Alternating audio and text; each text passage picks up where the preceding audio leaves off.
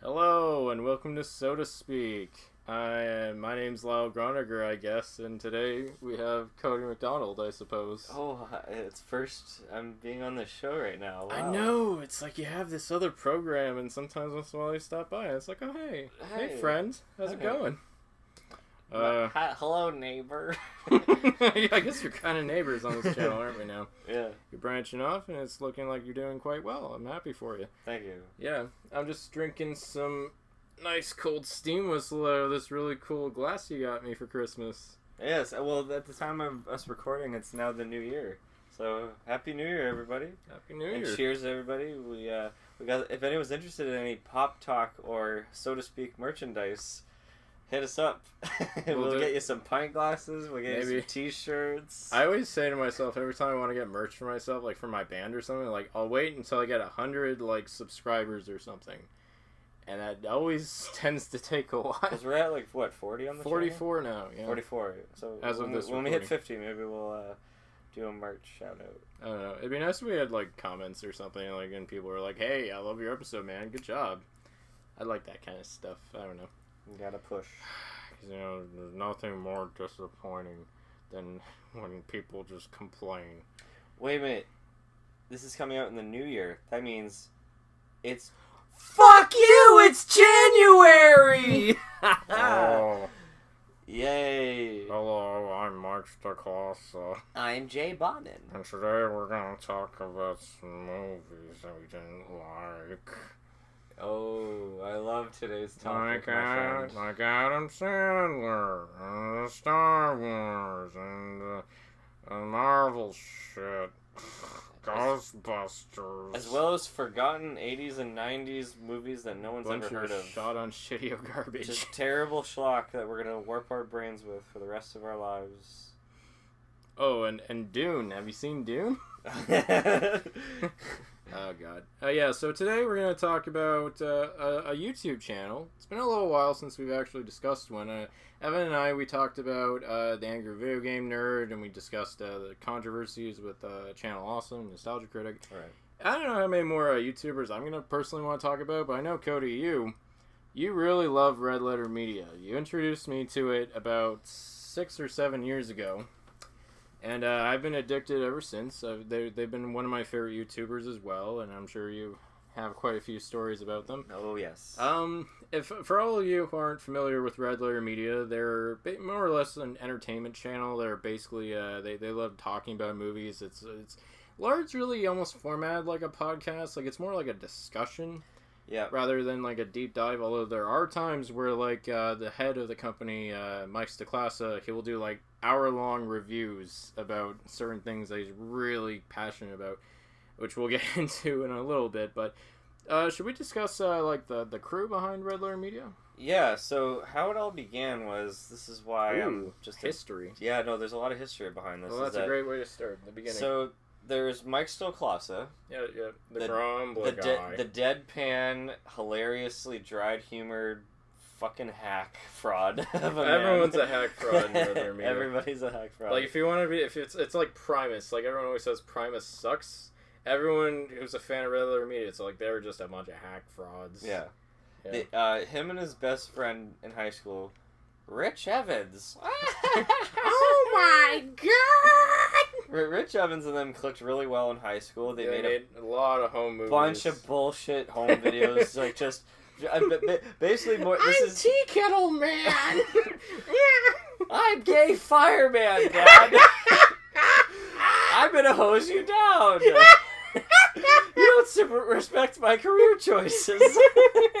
Like, but actually, to Mike's admission, he's like, I just would literally shoot Rich into some weird character and watch him just like fall down in pratfalls for my own amusement. All the boobery that he does. Just for my own amusement, he would be like, just a bunch of this nonsense. That sounds like a very Mike thing to say. And at the time, this is before like YouTube videos, and actually before really internet videos really took off, is that they were actually sending each other. There was website. Like a forum, yeah. Yeah, there's some website where they were actually sending each other like like actual physical copies of VHSs of like all their home videos. Back in the day. Wow. And that's how they met Jay. Yeah, Jay was a part of the forum too. Jay Bonham. So he's Bauman, yes. Jay Bauman. Sorry, yes. Bauman. I always say Bauman because he's bombing all the time.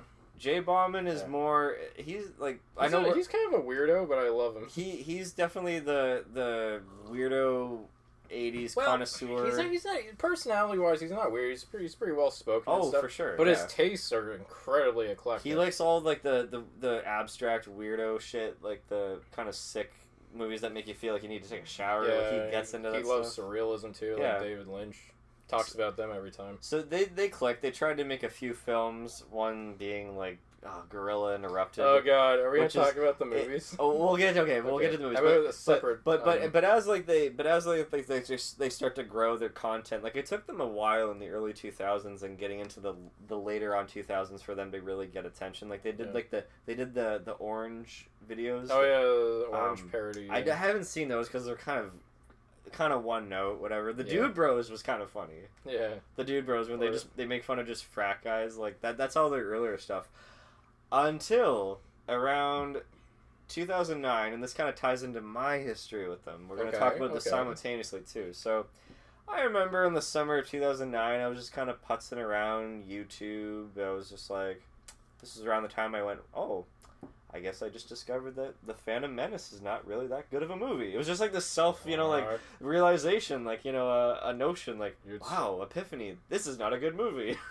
So I'm going through, like, YouTube, like, looking up, like, reviews and all that, and I remember I came across, like, maybe we'll talk about this later, this YouTuber later with Evan. There's a lot of things we have to keep later. There's Confused Matthew, like, oh, God.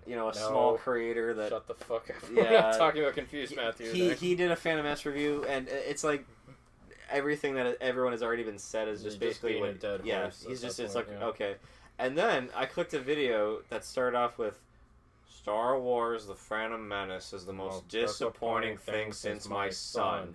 But unlike my son who hung himself at a 7-Eleven, these movies will be around forever. And everything changed. This is without a doubt the greatest movie review on YouTube. Like, it very much is. Yeah. It without a doubt is. Like, RedLetterMedia is just my favorite YouTube channel of all time. Like, I won't say they're the best. I won't say that they're like the best. That's just up for personal preference. But I challenge anyone to tell me that is there any movie review out there that's better than the 90-minute Phantom Menace review of Mr. Plinkett. Yeah, it was groundbreaking at the time. It is so well done. I just love the context where he takes a character like this psychopath old man of Mr. Plinkett. Yes. Almost writes a story within itself about his dead wife and like how he's like. There's a lore. There's lore within it where he's like he kidnapped a prostitute. She comes up in the second episode. Nadine, Nadine. The Revenge of Nadine is a really great show. She lied to me. She said she was gonna put on revenge. But within that is a very well written, very well concise analysis, almost educational deep dive into the Phantom Menace. Yeah, and the art of filmmaking and all that. Art of filmmaking, the psychology of George Lucas at the time. It took off. It certainly took off. And at that time, I didn't really see what else that channel was up to at the time, until randomly. Because I was just sort of focusing on just like the Plinkett reviews. Like there's tons out there. Like I didn't focus too much on the Star Trek ones because I'm not really big on Star Trek. Me neither, but I watched them anyways. Like he did Titanic, he did Avatar. Oh, Mike and Star Trek. Oh my god! This reminds me of that episode in Next Generation, and Jay always just completely blanks. It's like me when I mentioned Lost. Yes, it's very similar as a matter of fact. Very similar. Yeah. You talked about Elizabeth Mitchell and your what is it? The Last Straw with Tim Allen. And I'm just thinking to myself, if I chived in, I'd be saying, hey, that's Juliet from Lost. But anyways. Oh, hot damn. But anyways, when I was just kind of cruising around on their site for the first time after watching a lot of like Plinkett reviews, the very first half in the bag that I watched, this was like mid 2011 around that time. It was their Zookeeper review. Oh yeah, man, that was an early one. Very early one. I can tell right away. I'm looking at Mike. This is the first time I'm seeing him in person. I'm like, I know that's the guy that does the Plinkett voice. I can tell his natural voice and like Plinkett's demeanor is very similar, like the way he talks.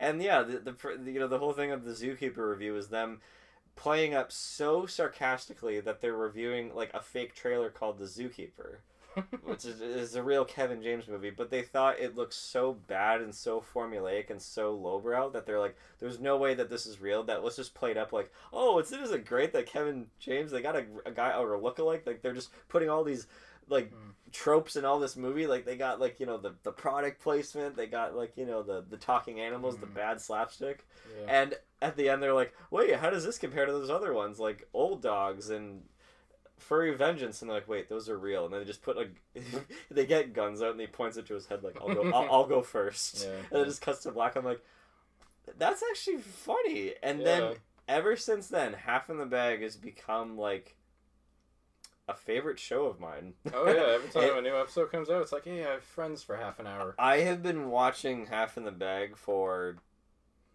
over 10 years now. Yeah, I'm They've not been kidding. at it for a long time. Very, very long time. Yeah, they don't cover every movie that came out that year, but it's usually the tent poles or like the big releases, or maybe some indie stuff. But what was so nice at that time is that, like, when I was getting into them more in later 2011, is that at that time we really only had like Siskel and Ebert like internet reviews, you know, like.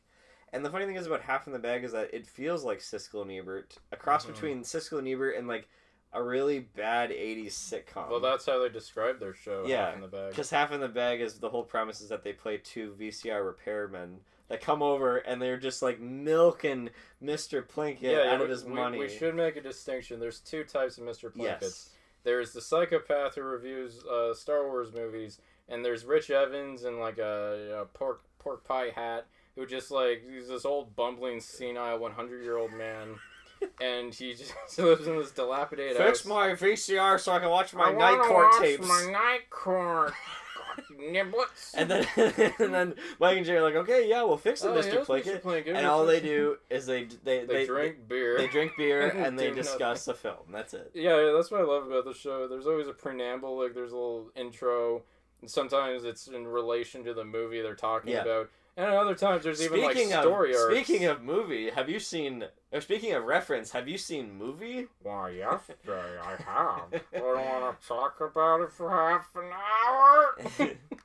Yeah, but what I was gonna say before was like at that time there was just Siskel and Ebert. There was just very like very, you know, YouTubers that were just trying to figure out their footing and all that. Well, and there was something nostalgia critic as well with like the bits and the skits. But the thing is, that's a character. Yeah. There's something very nice and genuine within the midst of Half in the Bag, where when they're not just playing up the exaggeration, you know, 80s sitcom, you know, bullshit. When they're just shooting the shit, it feels like, hey, I'm kind of with them and I'm with the discussion. You know, it's very inviting and it's very like, I love when I'd watch a movie and I'd get my own opinion and then I watch their review and they're saying like the exact same stuff that I thought. That happened with Drive, and I'm like, fuck, I click with these guys really well, actually. Yeah, it's interesting because like back in those days, like in the early era of YouTube, you had like your angry video game nerds, and you had like, you know, guys who would dress up in like an outfit, sit in an armchair and discuss a movie, and most of the time discussion never went beyond, oh, that was a stupid scene, I'm gonna make fun of it and turn it into a meme, haha. Sometimes it feels like I'm just watching the movie and just reacting to it. Yeah. Never anything deeper than that. They'd often say, oh, it's funny, so it's parody, so that's we're gonna get away with it. And it's aged terribly. It's very. But when you look at Half in the Bag, I feel like it almost, like even the Plinkett reviews, it started the dawn of the video essay. Yes. Where people like YMS or people like that, who would just like kind of take a movie, really delve into the craft of it, as well as like, you know, behind the scenes, the way that people act in interviews, like they would really make a concrete state of evidence about why the movie turned out the way it was, and that's held up a lot better. That's actual criticism. Yeah. And I appreciate that about them, because they've been doing that since the beginning. They put a lot of effort into their presentation, too. Like, I mean, you have the sets of, like, the Plinkett house, and then the VCR repair shop. Lightning fast VCR repair shop. Yeah. They even got, like, outfits for the job. That's commitment. The beige outfit that Jay wears and the kind of, like, navy blue that Mike wears. Yeah. They've gotten some stars on that show too, like Tim Heidecker showed up. Macaulay Culkin and Max Landis. Yeah. I love how they deleted every video they ever made with Max Well, Landis. they're unlisted, but they're there. You can still watch them, but if you want, yeah.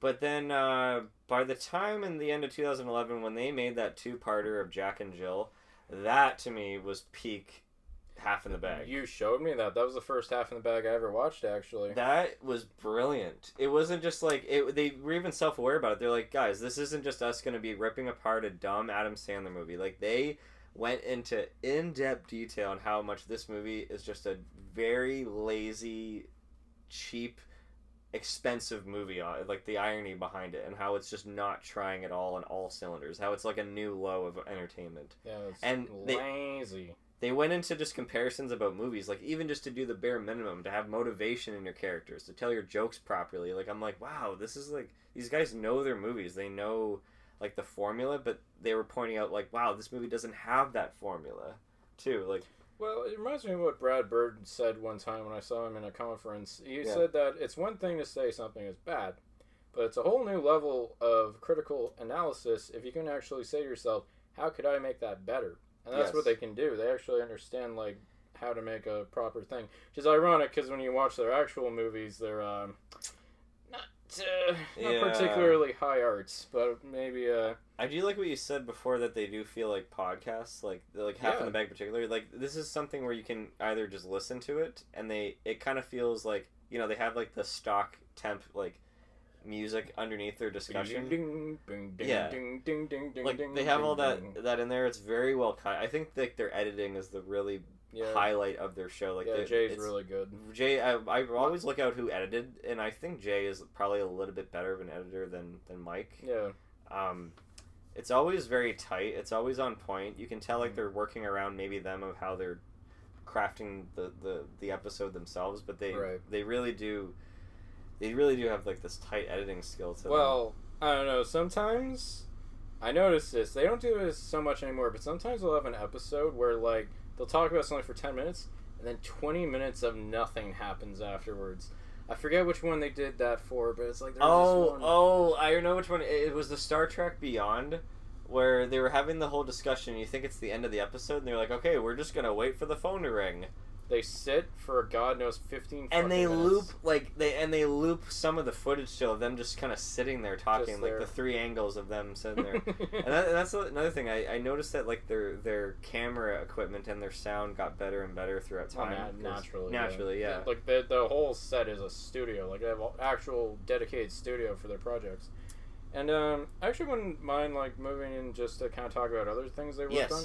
There's another show they do, which we were talking about how they like to review 80s and 90s shot on Shitio. This is probably their most popular show at this point. You think so? Oh, I think that, like, most of my friends that I taught, like, okay, here's the thing, guys.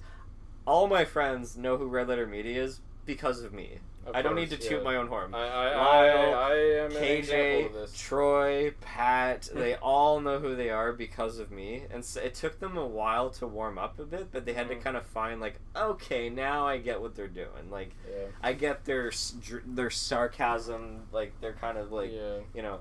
Like, my friends, like, Troy and Pat love Best of the Worst. Best of the Worst, that's the show. I still remember the very first time they threw that episode on. It was like early 2013. I went, oh, okay, this is actually an interesting format. And then I realized there is nobody on YouTube that has done this before. Like, who out there takes 3 obscured, rare, very shoddy, crappy films, they get drunk, and they discuss on which one is the best one that we watched tonight, and which one is the worst that we can destroy it. Like, physically destroy the copy of it. It's a good idea for a show. It's a great concept, it's a great format, and I think it's way more original, but it's an opportunity for them to really show who they really are, because I can tell, like, these guys love schlock. Yeah, I mean, I think my favorite episode of Best of the Worst, it's not even a review. It's like the first time they covered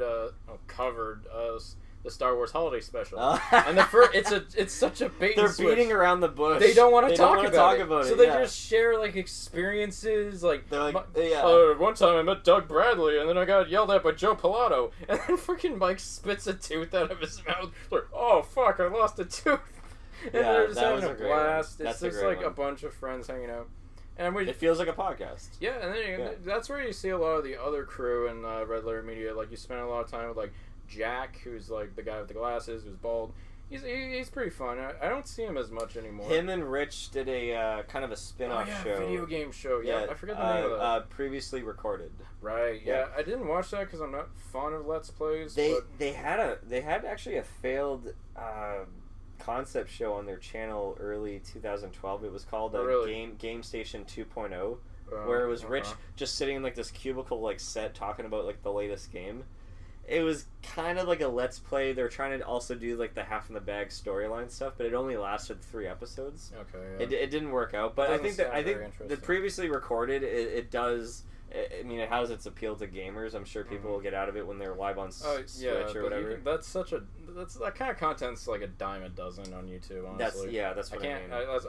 I don't enjoy it very much. But I like Jack a lot. I know there's a lot of memes going around. It's like, yeah, just fire Jack. He's the worst. Well, he was going through a bit of like personal issues. Like he admitted he was an alcoholic, which is why he was off the show for a while. Which, that's too bad. But I didn't even know that. He's better now. He's back on the show. There was a gap where I'm like, wait, why hasn't been on the show for a while? My favorite episode with Jack is the one where he and Rich like watch really shitty superhero movies, like the Captain America one. Oh yeah. And he's just like dressed in a flamboyant outfit. It's like, why are you dressed like that? Because I have horrible personal problems and social issues. We also forgot to mention Josh the Wizard. Josh the Wizard, yeah. He seems like a guy that's in a band. No, I think he's like a guy who would just work at a video store. Like a Bay Street Video, he'd just be like, oh, hey, how can I help you today? Oh, you picked that movie. That's a good one. I like it a lot. And you just kind of have a preamble and talk about it. That's funny. He does stumble a lot in his words, and I kind of started to warm up to him after a while. I also the 2 Canadians that always join the show. Yeah, Colin and, do you know the other guy's name? Mark? Mark, that's his name. Oh my god, the Strange Brew episode. That's perfect. He gets so drunk, it's like, Colin's like, oh man, they fall right into Lake Ontario, and that's a nightmare. Yeah. He's like, you can go to hell. And Colin's like taken aback by that. I would say they're so wasted. I would say right now, because it took them a while to get to, because at first it was just their website, and then they started to review or post their stuff on Facebook like very occasionally in like 2011. But then I noticed in 2012 when they released their back-to-back 2-parter of Dark Knight Rises, that's when officially they started actually putting their episodes on YouTube. But then in the summer of 2015, they threw the entire back catalog of all the Red Letter Media stuff on YouTube, and I went, finally! Oh my god, like everything is finally on YouTube now. I don't have to go to their site. And it took them a while to at least gain like a million subscribers. It took until 2019. Yeah. That's insane to me. I think the reason why is because their content is so long. Like, it's like, their episodes typically range between like 25 to like maybe like 45, 50 minutes. Oh, in the early days, yes. No, even now, sometimes they'll put like 50-minute videos. Like they did that for the new Ghostbusters. They did 2-hour videos of Best of the Worst. And like the Star Wars episodes, like they can talk for a long, long time, and not everyone's into that. And I am, because I like the personalities. But for a newcomer, I could see why that'd be off-putting. That's I know we're kind of all over the place, but that's really why I love watching them, is just because of their personalities. Yeah, that's the biggest selling point. I like the fact that they're not taking themselves too seriously, because when you compare them to like most YouTubers that talk about movies, where it just feels like they have this, there's too much like, I don't want to say passion, but there's just too much reverence over just wanting to like suck up to a movie or suck up to like, or just trash a film for the sake of trashing it. Yeah. They seem very like impartial and just be like, they're weighing out the pros and the cons on the experience that they had in the film. Yeah. Which is kind of why they don't argue as much, and that's kind of like why Siskel and Ebert argued as much, because I feel like it was entertaining, but yeah. I find that they're kind of looking on it on the outside in, because they didn't grow up with comic books, and I also never grew up with comic books. Like when they watch a Marvel film, they're watching it as a film, so it's kind of like why I watch Marvel films as well. Yeah, like there's kind of like a different perspective that I'm also sharing with them as well. It's like, oh, shut up with your comic books. You probably only read 2. Everyone always says they're such a big fucking fan of the comics. And then there's the other show that I feel like as of now they have 3 shows on the channel with an occasional funny little sketch thing that's only like a couple minutes. Like Scientist Man or something. Scientist Man. There's 3 shows that they have. Is that like it's Half in the Bag, Best of the Worst, and Review. Yeah. The colon is silent. The colon is silent. That sounds like a movie they would make. The colon is silent. It's just them in a nice looking room, and it's just someone from like the Redler Media crew, whoever it is. They're just shooting the shit about a movie that they love. It's never the same, yeah. It's kind of how I structured Pop Talk. I was gonna say it's a lot like Pop Talk, like your show. It's season like 1 at least. Yeah. You know, it's kind of like you can definitely tell where I get my influences from. Yeah. No, I like it when they spot like a movie that I really love, but I also like it when they introduce me something that I've never heard of. Like I love their Martin review, which is a George A. Romero movie that's super obscure now. Yeah. Because it's not widely available. Mm-hmm. But when I watched it, I'm like, this is damn good. One of my favorites. And if I have to say one thing, guys, if you're listening, you're probably not, but please, I've been waiting for years for you guys to review Repo Man. When Harry Dean Stanton passed away, God rest his soul, I was like, okay, that should be the right time to do it.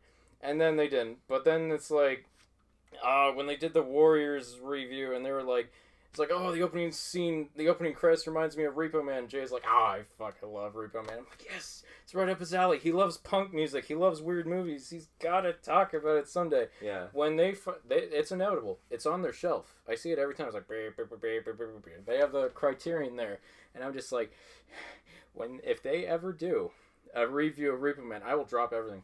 Just watch it. I will drop it. If it's like, it might not even be as good as I'm imagining in my head, because I always fantasize about it, but it's like, I will drop everything. If my firstborn child is being born, I'll drop it. Okay, maybe not that far. But God. I will watch that. That is the one I'm aching to see them do. Do you have one that you're aching to see? Yes, I want them to do either My Chauffeur or The Brain. Oh, God. I want them to do The Brain is going to be on Best of the Worst if nothing else. For sure. But to do like a spotlight on Review, like I could picture like, I don't know. I can picture them mentioning My Chauffeur. I guess that's kind of. Even if they name drop it, I will get giddy.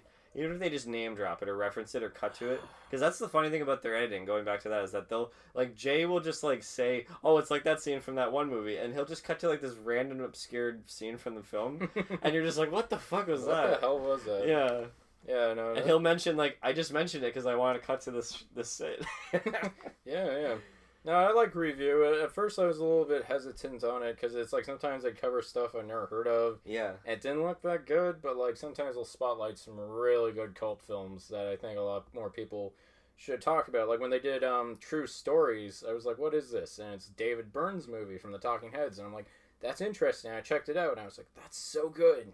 I think they figured out their shtick where they have Half in the Bag devoted towards like modern films, newer films, or like indie stuff in the art house scene. Yeah, like newer stuff, current cinema. Like Best of the Worst is obviously its own monster of just going back, watching just the most craziest bullshit. And I love how they always have a theme with their show, whether it's like some shtick, some gimmick, like the Plinketto or yeah, they have like games on that show. It's crazy. Junka, I like the Junka one. That was a good one. Oh yeah, where they just did the black boxes. The Wheel of the Worst. Oh my God, that thing will always come back. Yeah. And then Review is just sort of the show where they're like, hey, we love this movie. Let's just actually... It's a spotlight no episode. Alcohol included, or maybe there's be alcohol, but like it just feels kind of like them just actually shooting the shit a little bit more, but not have to make... it's fun, yeah. I love that stuff.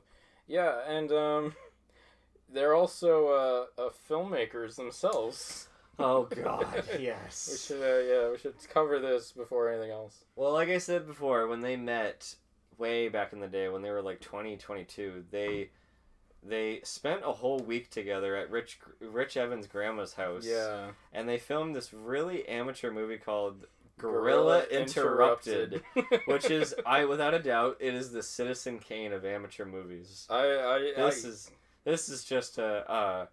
When you gave me that movie, you sent the file to me and I watched it. I swear to God, within a week, I had watched it like 4 times. Oh my God, happy. I found it so amusing. It's fucking very amusing. But I don't even want to get into the plot because it's just way too much. It's ridiculous. It's a scatterbrain of just fantasy. That's all it is. Yeah, I'll just say, like, imagine if this was an RPG Mike is the most unconvincing punk rocker with a bad British accent. Yeah, bad British accent. Green hair. He's like, "Oh, asshole." And you have Jay, who plays a total nerd. He plays a guy who's a scientist. He builds like ray guns out of guitars. Their friend Garrett at the time Garrett, plays like a guy that's a safari. He's a safari man. And then Rich plays a guy, and every time he gets pissed off, he turns into a gorilla. Turns into a fucking gorilla. And it's just a very loud, obnoxious, very like... You can tell they shoot it quickly and nothing else. No effort. I mean, if anyone loves that movie, they have to watch the making of it, How Not to Make a Movie. That's a good documentary. I remember when I bought the digital copies of those two, and it is true from personal experience, even with me, with my films growing up, is that you do learn a lot when you make amateur ambitious films. Like, you do learn a lot from like logistics and like how never to make those mistakes ever again. Yes. And when I tweeted that back when I had Twitter, I said, "Hey, at Redler Media, thanks for the copy." And it's true. You do learn a lot from all this stuff. And then they retweeted it. Oh, that's nice. Yeah, I thought that was really nice, actually. They retweeted it and favored it, actually. I think we should end this episode definitely on your one experience. Oh, yes. We'll get to the big experience. But then we flash forward to their movie, The Recovered. Yeah. Which they tried to get like a lot of distribution on, and it's like this psychological like horror film that I'm trying to remember. I've only seen it once. I couldn't sit through it. It's unwatchable. I just watched it with the commentary, and Jay was like, "Oh, I was being kind of unique with this." Because they're taking themselves too seriously. Yeah, this is them trying to make an actual movie. And they had weird distribution with trying to get it into cable companies, and like the movie looks very badly color corrected. I've seen student films that look better in The Recovered. Like the story wise, it's just like any other psychological horror character driven thing. It is interesting because it did technically inspire the Slender Man. They even made a video about that. They made a video about that. I don't think it inspired. It's just some coincidence that they have some like suited figure man that's standing on a tree line, and he's bald. And he's bald. I mean, it's probably some coincidence. Pretty coincidental, but it's still fun to talk about. But then the first movie that I ever saw of theirs was their kind of love letter to like all the '80s creature features and like Critters and Gremlins and all that, and they made Feeding Frenzy. Feeding Frenzy is utterly delightful. It's it might be my favorite out of their movies. Me too. Because they're working well with what they have at a decent budget and a decent awareness of what they're trying to do. Yeah, the intent is there and they fulfill it. It's endearing. It's not really much to say about that one, but. One movie that they have built up for years, and this is like hype. Like they've built this up for so long. They shot teaser trailers. I remember watching like teaser trailers for this like a long time ago, and this is footage that wasn't even in the film later on. Eventually, like as their reputation on the site started to grow, like in 2013 and all that, I noticed that they started to get a lot more busier and a lot more jaded. Yeah, and if you watch all. I guess right now we're almost up to 200 episodes of Half in the Bag. If you start from the very beginning, you see the descent on just them getting fatigued about film. Yes. And also probably just them becoming busy company runners as well. Because at that time they were trying to manage like all these shows on the content or on the website. They were trying to actually they were collaborating with Alexander Philippe, the director of The People vs. George Lucas, because he made another doc of the Dead. They shot some segments for that as well. Yeah, and they're also filming for their film that they've been building up for a long time that was finally released in 2016, Space Cop, which is just a sci-fi in-joke. That's all it is. It's an in-joke. It's not even a movie. It's an in-joke on the Red Letter Media crew, and as well as maybe some certain fans that can get that humor, but nobody on the outside of the Red Letter Media fan base is gonna like this movie at all. Yeah, because you get that from the trailer. It's like it's the most important. He's a key element to all this. It's like a poetry. It's like a RoboCop kind of like thing. And while it is technically their best movie, visually, visually, it's they ambitious. Put a lot of money into it. Yeah, they're ambitious and they put a lot of effort and money into it. I just felt kind of deflated by the end. Like, what did this all mean? And I feel bad saying that. Because, I mean, it was a success. Like, they sold out, like, a lot of their Blu-ray copies, like, instantly. Yeah. But the backlash of it, I just wonder how they handled it. Like, their own, like... Because they're not, like, YouTubers that would put up stuff like, oh, we have to address this, you know, in this, like, sentimental way. That's what I mean. They don't take themselves seriously. They don't address themselves personally about, like, responding to any criticism. In fact, they can sometimes be self-aware about that, too. Yeah. This is the only movie of theirs that I haven't seen. Because the copy you sent me, it was commentary only. Oh, shit, sorry. So here I am watching the movie. And Mike's like, okay, so during this scene, we were doing this and this. And Rich Evans was sort of like, I'm like, I can't, what's going on? Oh, sorry. It's too much. I forgot that I did that. I mean, I'm not a big fan of commentary tracks, and they do a lot of commentary tracks. But it's just like, I'd rather just watch the movie and make my own impression. If it's a movie that I've already seen, I put it on mute and I have to throw on their commentary. Like the Star Wars movies, Jingle All the Way, Terminator, Batman and Robin. You've told me very good things about their commentaries. I'm just not big on commentary tracks, which is funny because I'm a podcaster, but it's just like, it's not something I like personally, but I get why people like it. If they just end up like, because they could be such great podcasters, and they have been on Macaulay Culkin's podcast, Bunny Ears. Bunny Ears, okay, a few times. You look, type in that actually. The few times they've been on there, they're just them shooting the shit. Well, that's neat. They would be solid podcasters if their shows just sort of went away. I mean, they don't need to survive on YouTube too much, but that goes back to what I was saying, is that you can watch and laugh at the visuals of Half in the Bag, like, or just even best of the worst, like all the funny photos that they'll show, ironically, the inserts and stuff, all that shit. You know, like you can listen, you can watch. Like they take a lot of like pride and effort into how it's presented, but once it's all set up, it's just them shooting the shit. Yeah, you can just listen to them. I love that simplicity of that, and it's just they're unlike anybody, and. Yeah. Well, I think now is a good time for you to tell us your story. Yeah. Your Mike Stiklasa J. Bauman story. Yes, I met these two guys. What? I met them. Okay, so, this was at the peak where I was, like, obsessed with them. This is literally the summer right before I moved to Toronto to go to film school.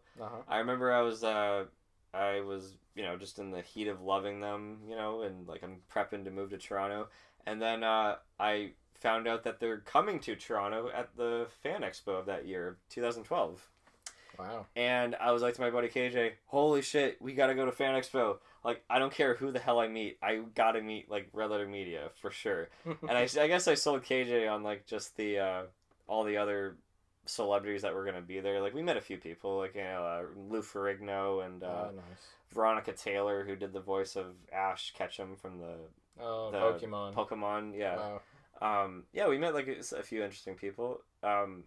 It was kind of crowded, and it was kind of. It's always crowded. I'm not too big on cons, but whatever. That's another story. But I remember when we got to Toronto, we got to the expo, we got in fine and dandy, and it was cool. You know, I'm walking around, things I recognize. Oh, I get a kick. You know, I guess that's what it's about. I don't know. Like, that's all it is.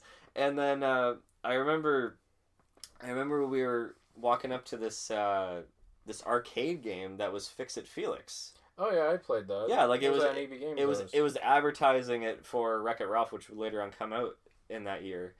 And we're looking at the game, we're like, hey, it's kind of cool, whatever. And I turn around, and who is it? No other than Mike walking right past me with his hands in his pocket, just inspecting the food court. And I'm like, I'm just tapping KJ, like, KJ, it's Mike. Holy fuck. What the hell is he? Like, he's just walking around, like, just casually.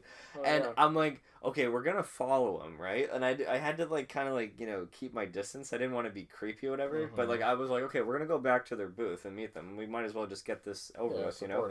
So, they were setting up their booth when we finally got to them. They were outside their booth just kind of setting up whenever. Okay. And I'm like, I don't get starstruck at all, but, like, I was, like, you can see it, and we'll probably show the photos up here. Why not? Send them to me. Yeah. My terrible hair back then. Oh my god, I had a bad haircut that day, and you can tell I'm beat red from meeting them. I was so nervous. Yeah. So at first, I walked up to Jay.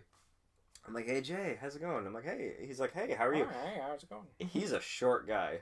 I believe it. He's a short guy, and he said, "Oh yeah, that's nice to meet you too." And I was like, you know, I'm moving to Toronto in a couple of months to go to film school, and I kind of made this compliment where I'm like, you know, you guys, Half in the Bag, are kind of like my film school right now. You know, I love watching your show. And he felt like, oh, that's so nice of you. Thank you. Oh, and he's like, do you want a photo? He's like, yeah. I'm like, can I get a photo with you? He's like, yeah, you can get a photo. Here, do you want to get a picture of Rich Evans with us as well, like as a baby? And you can see in the photo. Dick the birthday boy. No. There's a picture of Rich Evans in a portrait of him as a baby, and I was like, oh, is that actually him? And he went, yeah, that's actually him. And then we took a photo. Our conversation was kind of short, but I bought Feeding Frenzy on DVD off of him, as well as this kind of archive DVD that had all stuff that has never been featured on their website before. Like their early home movies and shit? All that stuff, outtakes from Half in the Bag, the history of Plinkett, just all a bunch of shit. All a bunch of shit. I'll let you borrow it. Oh, yeah, I'd love to. So when I shook his hand and said, so nice to meet you, man. Thank you so much. And then I walked up to Mike next. Okay. And I'm like, hey Mike, how you doing? He's like, I'm good. How are you? And he's like, I'm like, look what I just bought. And I'm showing him Feeding Frenzy, and he just goes, that's a great movie. That's a really great movie. It's an excellent movie. Like he's saying it so sarcastically and all that. And our conversation went on for a while. Actually, it was weird. Him and I kind of clicked. Right. I said, I'm going to film school, and like, I'm doing this and that, and he kind of went. He said, as much as you're excited, my friend, just be prepared. It can be bullshit. It is. I won't lie. I will never forget that. He said, it can be bullshit. Just keep your passion with you, but try not to fall into those pitfalls, Right. And then I was asking him questions like, how much should Feeding Frenzy cost? He's like, it costs about like, $5-10 grand-ish. And he kind of went into like, some details about that.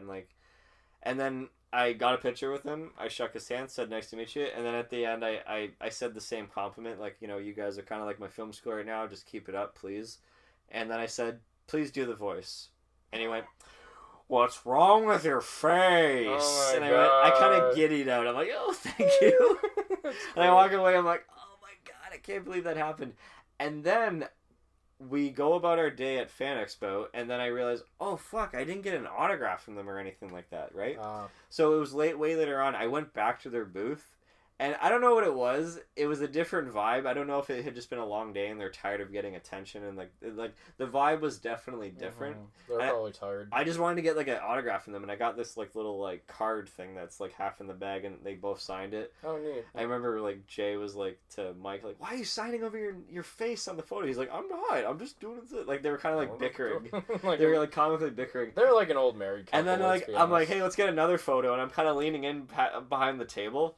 And I'll show this photo, the second photo we did all of them as like a group. It seems intentional, where it's like I'm smiling and they're just like looking kind of miserable and tired. Well, that's them in a nutshell, yeah. But like they looked way more friendlier and happy when I was just talking one-on-one with them. But they probably had a long day. Yeah, they probably had a long day. Anyone who goes... And I've never met... Like, every time I meet up someone at a con, they're always, like, pretty tired. It's just, like... But I was also kind of, like... I was kind of worried and paranoid. Like, did I just, like, come back to them and just felt, like, kind of creepy? Like, I'm back to see them again. Like, I didn't want to come off like that.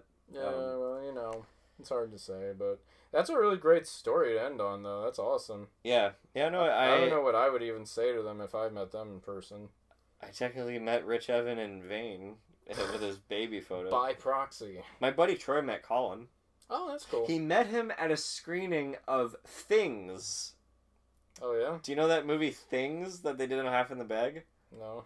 This is the thing with Half in the Bag is sometimes they review like Zat, and they talked about like their B-Fest festival thing where they watched a bunch of shitty movies, but it's them and Josh talking about it, but this is like 2012, and I'm like, just give it another year. Best of the Worst is around the corner. This feels very Best of the Worst. Like they're talking about schlock in in the format of Half in the Bag.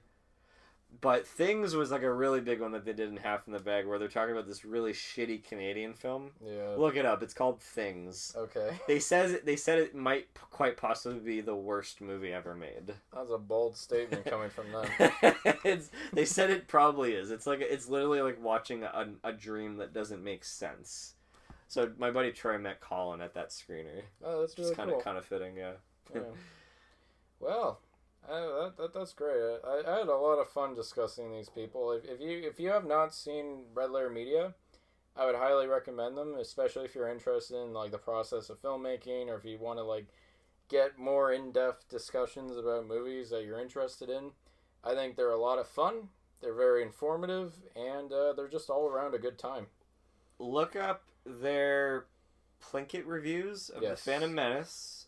Look up their Jack and Jill Half in the Bag. Look up their Blood Debts. Best of the Worst, definitely. Okay. I don't want to leave that one out. Blood Debts was a really funny one. This time of the year they're probably going to release like their Christmas episodes probably around the corner. They always do that. I look forward to those. Like the end of just like a pile up of the stuff they didn't cover yet. I love these guys because they are a great source of education because they're filmmakers themselves. They know what they're talking about. They are educational, entertaining, hilarious, and they're just a bunch of fucking frauds that I love. Yeah. God bless them. God bless them. They're just like my absolute favorite. Yeah, me too. Well, thanks for joining me, Cody. This was exhilarating, and what kind of note should we end on here? What's a quote from them that we could say? Fuck movies. Fuck my life. Hey! Star Wars! I fucking love Star Wars! I know what that is. I clapped. I clapped. Oh, there's so many. How does it feel to know all your favorite franchises are now burning to the ground? It feels great. It feels great.